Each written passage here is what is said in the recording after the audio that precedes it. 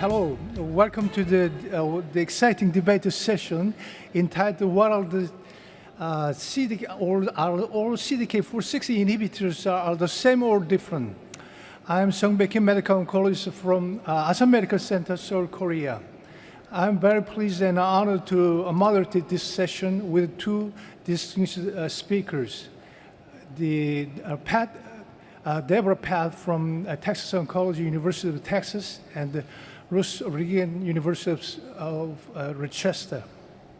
As you know, the CDK46 inhibitor has changed the practice in the management of HR-positive, HER2-negative breast cancer, first line and second line and later line. In the initial phase 3 data consistently demonstrate the benefit of progression-free survival and similar hazard ratio. And also the clinically meaningful overall survival benefit. We saw that there's some possible glimpse in the early breast cancer also. But because of the overall survival data, researchers questioned, revisited the value of three drugs, or whether those three drugs are similar or different. Ribociclib already they technically met the primary endpoint.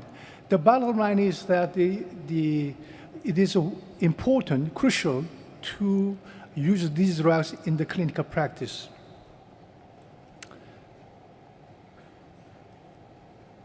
So I hope this session will be more intriguing than the World Cup final match. So we invited two speakers. The pro side, the Debra Patt, and the Russ will stand con side. So this session will start with the poll question, 3 poll questions. Now move to the poll questions. Let's see who will get the trophy of the San Antonio Breast Cancer trophy. Move to the voting question.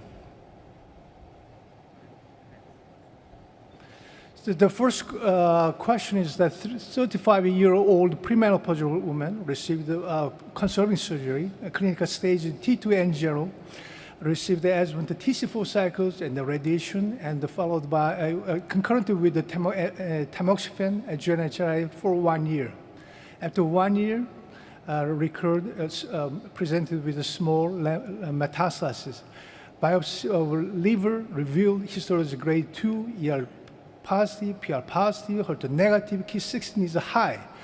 She experienced some mild diarrhea, but that does not limiting the daily activity. So we have polling questions. Oh, go back. Sorry. 35-year premenopausal woman, T2N0, received a TC regimen. 1 year later, recurred with a small liver mets. So, which agent is preferred? Palbociclib, abemaciclib? Yeah, the same or different? I don't care. Yeah, most of the audience that vote for ribociclib. Let's see whether there's any change before and after the talk.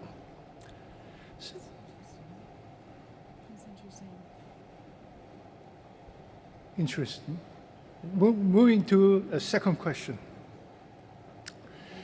If progressive disease after long-term duration of a treatment with the CDK46 inhibitor and aromatase inhibitor, progressive disease occurred, can we consider a switch to a new endocrine therapy and new CDK46 inhibitor? So long-term duration of a treatment with the CDK4 inhibitor progress. So is it possible can we switch to new endocrine therapy, CDK inhibitor? Yeah, 2/3 of the audience vote for yes.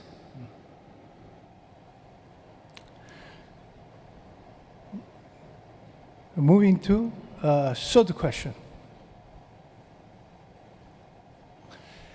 40-year-old woman, premenopausal woman, presented with lapsed breast mass at 4 centimeters in size and the palpable fixed axillary lymph node, clinical T2 N2 stage 3A.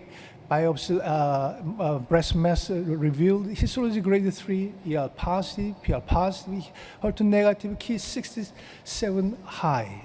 Lymph node biopsy revealed consisted of the metastatic lymph node. AST elevation grade 2, ALT grade 1, bilirubin level is okay. CT scan revealed multiple extensive liver, lung, bone symptomatic metastasis. Premenopausal woman, de novo case, stage 3A, extensive disease metastasis, symptomatic, ALT is elevated. In this setting, so which agent is preferred?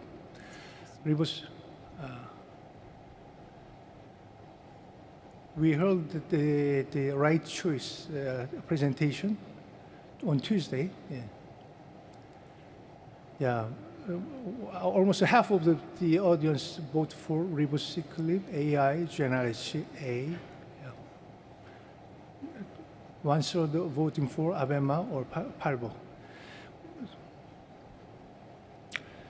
With that, I'd like to invite the first speaker, the Professor Debra Patt is a professor at Texas of oncology at the University of Texas. She's not only a breast expert, she's also an expert in health informatics.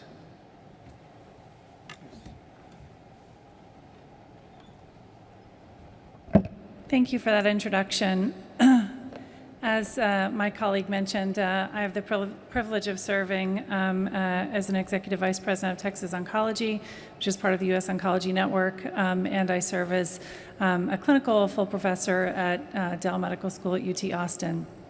What a privilege we have here today to sit here at a time where we're even debating CDK46 inhibition. As in our time as breast cancer specialists, we've seen some of the most remarkable changes in our ability to deliver therapeutic innovation to the patients we serve. We're truly lucky to be here. I'm going to review for you I want to make sure that you have my updated slides.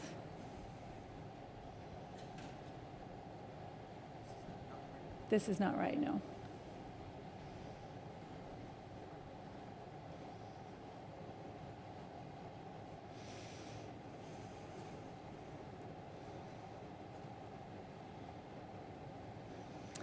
So as we review some of the data from CDK46 inhibition, oh, you have them?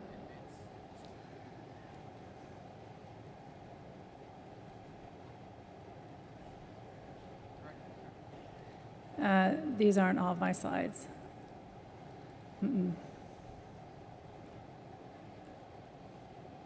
They have them in the Speaker Center. Give us just a moment for our technical difficulties.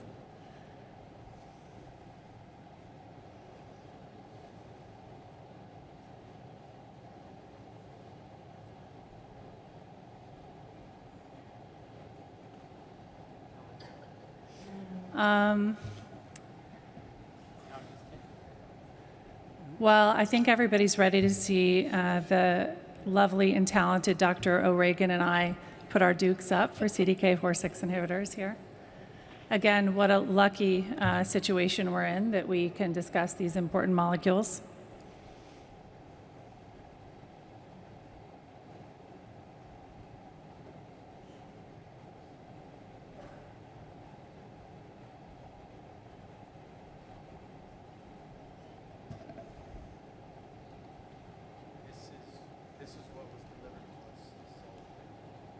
Okay.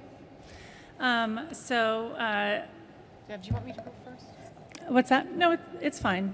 Well, actually, maybe if you don't mind going first, then I can give them. It's kind of disruptive, but I can make it work. I'm kidding. Actually, it's fine. I'll do it from this. It's fine. We'll go with the flow. I think that in the last 2 years, we've all channeled a lot of Voltaire. Don't let the perfect be the enemy of the good, so we'll do that. I want to talk about guideline-based care, also frontline trials, treatment in the adjuvant setting, some special circumstances, what we know and what we don't know. So first and foremost, I think we're all aware as we use these agents in the clinic all the time that CDK46 inhibition is incredibly important in patients with advanced ER-positive and HER2-negative advanced breast cancer. We know that this is reflected in the NCCN guidelines, the ESMO guidelines, and the ABC5 guidelines. We can look at data from the phase 3 frontline CDK46 inhibitor studies to give us insights in frontline trials. So the Paloma 2 trial, which randomized 666 patients with postmenopausal breast cancer to palbociclib and letrozole versus placebo. The Mona Lisa trial, which randomized 668 postmenopausal patients to ribociclib and letrozole versus placebo and letrozole. The Monarch 3 study, which looked at 493 postmenopausal patients and randomized them to abemaciclib plus nonsteroidal aromatase inhibition versus placebo and nonsteroidal aromatase inhibition. And the Mona Lisa 7 trial, which looked at ribociclib, tamoxifen, and nonsteroidal aromatase inhibition versus placebo. So again, there's an error on the slides. My apologies.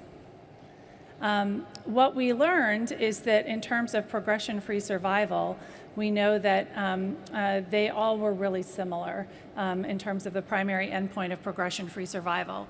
We saw that Paloma 2, Mona Lisa 2, Monarch 3, and Mona Lisa 7 all had really similar hazard ratios for progression-free survival, and that we know was clinically meaningful for the patients we serve. That led to the approval of palbociclib in 2015 and then to abemaciclib and ribociclib in 2017 that we've all used to treat patients. Notably, I included Mona Lisa 7 here because this is in the pre- and perimenopausal patient population, which I think, again, gives us additional data. And so where I think that there's conflict sometimes between where there are differences in CDK4/6 inhibitors, or are they the same or different, is where you see that there are data or we're in a data-free zone. And so how far can we go to extrapolate? We then saw overall survival reported, which was a secondary endpoint in these trials. And at ASCO, we saw the Paloma 2 trial reported demonstrating that there was not a statistically significant overall survival benefit to the utilization of palbociclib in this setting. Now, that trial had many limitations, which we'll talk about, a disproportionate group of people that fell off that trial during a critical time of approval of that treatment.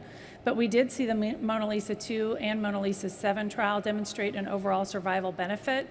And we saw the Monarch 3 trial reported at ESMO demonstrating a hazard ratio of 0.75 that was an interim analysis, but significant. If you look at safety and tolerability, obviously they're different, as the pharmacokinetics of these drugs are similar in terms of their time to uptake, in terms of their half-life, but where they're different is pharmacodistribution. So in the Paloma 2 trial, across the CDK4/6 inhibitors, we see that neutropenia is a common problem, but more common among patients that receive palbociclib and ribociclib than patients that receive abemaciclib. Febrile neutropenia similarly went along with that, more common in patients who received palbociclib and ribociclib than in patients that received abemaciclib. However, diarrhea, which was much more common in patients who received abemaciclib, in 81% of patients on the Monarch 3 trial, and a prolonged QTc interval on patients that received ribociclib on the Mona Lisa 2 and 7 trials. Frequently, these patients require dose reduction, so I think actually that's really important to highlight to people that use these therapies. These are agents that frequently require dose reduction, and with regards to any serious adverse event versus placebo, they were all had more serious adverse events than placebo. So sort of looking at an overview of these trials, again, they all met their pre-specified endpoints in terms of progression-free survival, but the overall survival that we have is more significant for the Mona Lisa trials and also for the Monarch trial than is the data that we have for Paloma, is that, again, that study was pretty limited.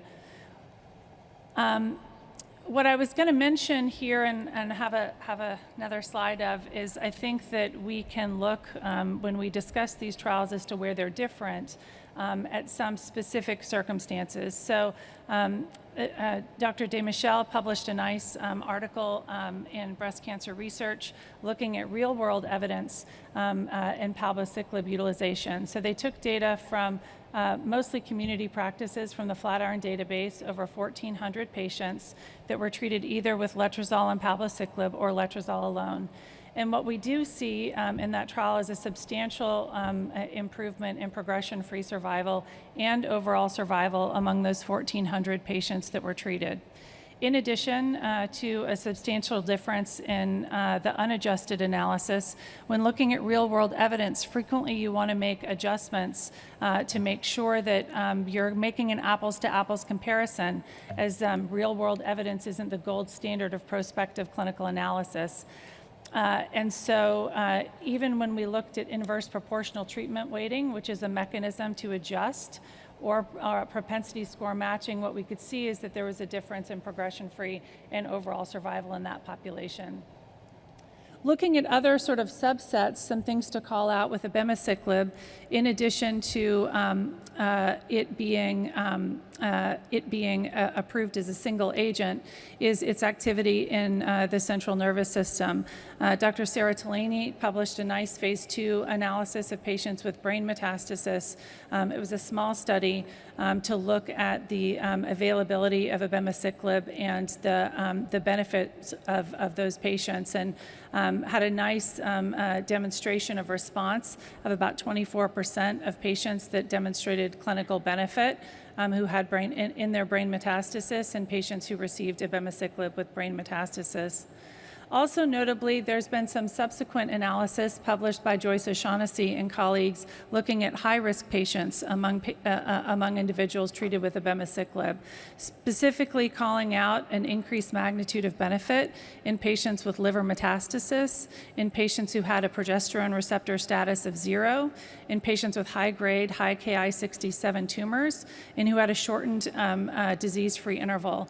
I think this is particularly important among our high-risk patient populations, just like the Right Choice trial that was recently presented earlier at this meeting.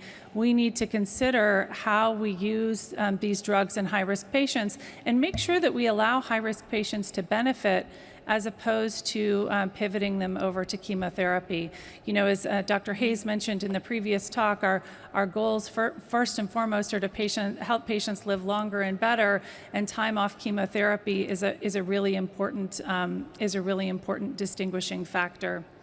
As we talk about those high-risk populations and those subsequent analysis for abemaciclib, know that that similar sentiment is mirrored with what we see in ribociclib with the Right Choice trial that was presented earlier at this meeting, and my colleague Dr. O'Regan will discuss that data. So in summary of indirect comparisons, know that palbociclib is on a schedule of 3 on and 1 off, ribociclib 3 on and 1 off, and abemaciclib is continuous. Again, while they all have similar pharmacokinetics, the palbociclib and ribociclib trials had to change the dosing schedule because of toxicity, because of neutropenia. The dosing once daily of palbociclib and ribociclib versus twice daily of abemaciclib. Common adverse events in palbociclib and ribociclib of neutropenia and abemaciclib of diarrhea, and then secondarily neutropenia, but all that commonly have dose reduction to make them tolerable for the patients we serve. We know that there's proven single-agent activity in abemaciclib, and we know that there's evidence of first-line and second-line activity with all 3 of these agents. So We can also look at the adjuvant trials and what we know and what we don't know.